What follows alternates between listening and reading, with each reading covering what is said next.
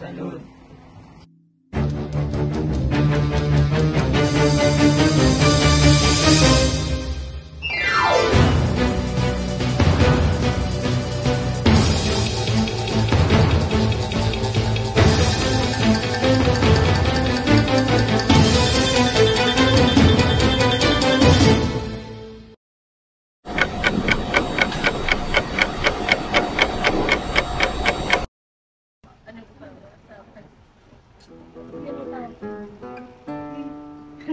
Magandang umaga sa inyong lahat. Narito mo ba si Kapitan Tiago?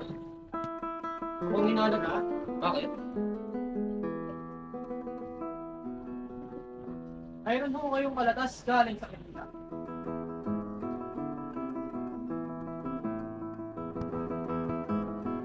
Belen Maria, santo namang himala, isang magandang balita. Darating ang kataas-taasang general at ako ang siya magiging punong abala sa kanyang pagdarating dito sa India. Yes, Santiago. Okay. Esto es un honor para ti, Santiago. Déjame ver la carta. Es verdad.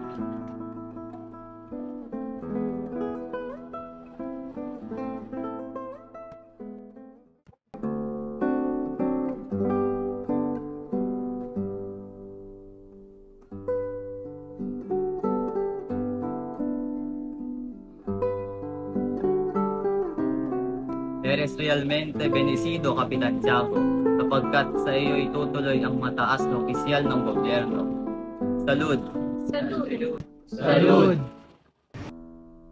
Kapitan Tiago, marahil kailangan mong maganda ng pagtitipon bilang alay sa mataas na akang tira. Gagawin natin yan. At lahat ng narito ay iimbitahin natin sa isang saganang higing na oras at lensa na nanalisip ng general. Santiago, kapitan mas ang esposa yan. Hindi dapat natin palagpasin ang pagkakataon na magbigay buhay sa sugo ng hari ng Hispania. Di ba? Hindi kayo mawawala. Gagawin natin.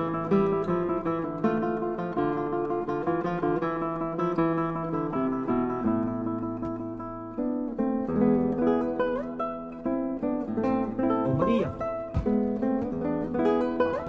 Paano di ba simulang kumain?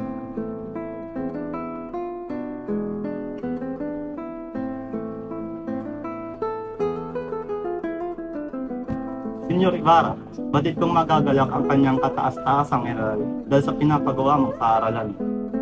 Hindi na ako magugulat na katulad kay Kapitan Tiago ay dumalaw sa inyong tahanan ang kanyang kamahalan. Malaking karangalan po para sa akin kung mangyayari yan. Salud! Salud! Buenas tardes a todos. Disculpas del lagor, tarde.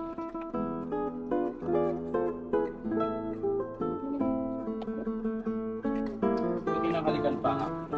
Dito na kayo mo sa Gracias.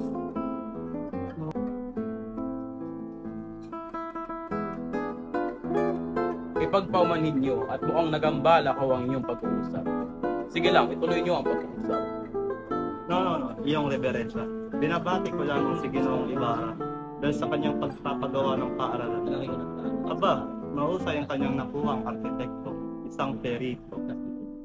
Ang tuta lang ang nangangailangan ng perito, mas mababa pa siya sa India. Katulad na lang ng mga nagpapagawa, nagpapatayo ng kani-kanilang mga bahay. Yung isa nga dyan ay nabalitaan ko ay kumuha pa nga ng isang arkitekto para lang magpatayo ng paaralan na 4 na dingding lang naman ang kailangan. Por favor, maiba ako.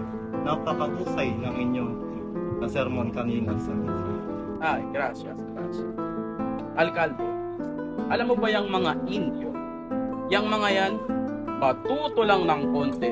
Abay, makaastay kala mo kung sino na, katulad ng mga nakapag-aral daw sa Europa. Paumanhin, Padre. Ngunit si Don Crisostomo Ibarra ay hinangaan ng mga opisyalis ng ating gobyerno para sa kanyang pagiging isang opisyal. Ganun ba? Bakit? Makakadating ba ng langit ang mga nagbabanal-banalan? ang mga nahaluan lang ng ilang patak ng purong dugong Espanyol, mga nabiyayaan ng ilang real. Abay, kala mo kung sino na makaasta at hahamakin ng lahat at pinagmamalaking may daladala siyang pagbabago. Katulad na lang ng ama niya, yung ama niyang namatay sa karsel. Patay ang iyong ama sa bilangguan. Nag-iisang namatay sa karsel at ang bangkay ay pinapatapon pa nga sa ilog. Sigurado ako, nasa ilalim ng lupa ang isang yan. Sa pagkalalim-lalim, abot doon sa impyerno. Ang hindi kumikilalang mga palalo, mga hindi gumagalang sumusunod sa kapangyarihan ng praile, ay siguradong isusumpa at parurusahan ng Diyos.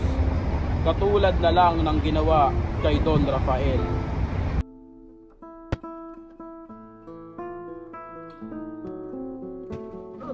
Gusto na ang inyong paninirang puri sa aking ama. Lumayo kayo kung ayaw ninyong madamay pa. Senyor, kumalma ka.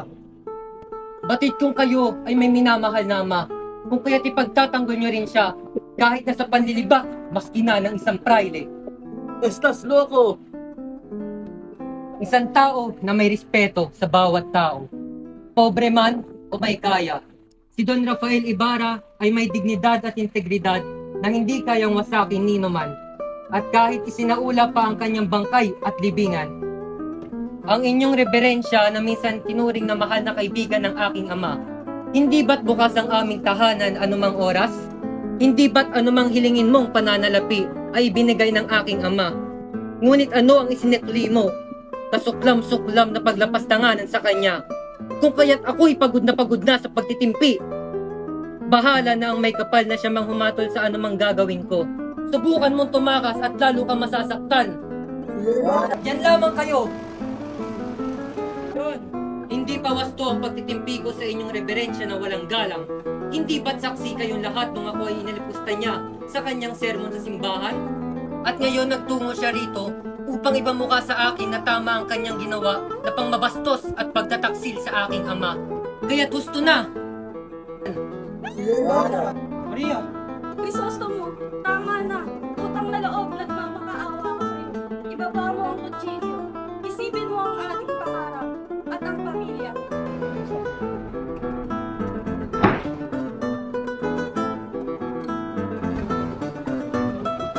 Iyo el Diablo! Eres un compadre! Iyo el Diablo!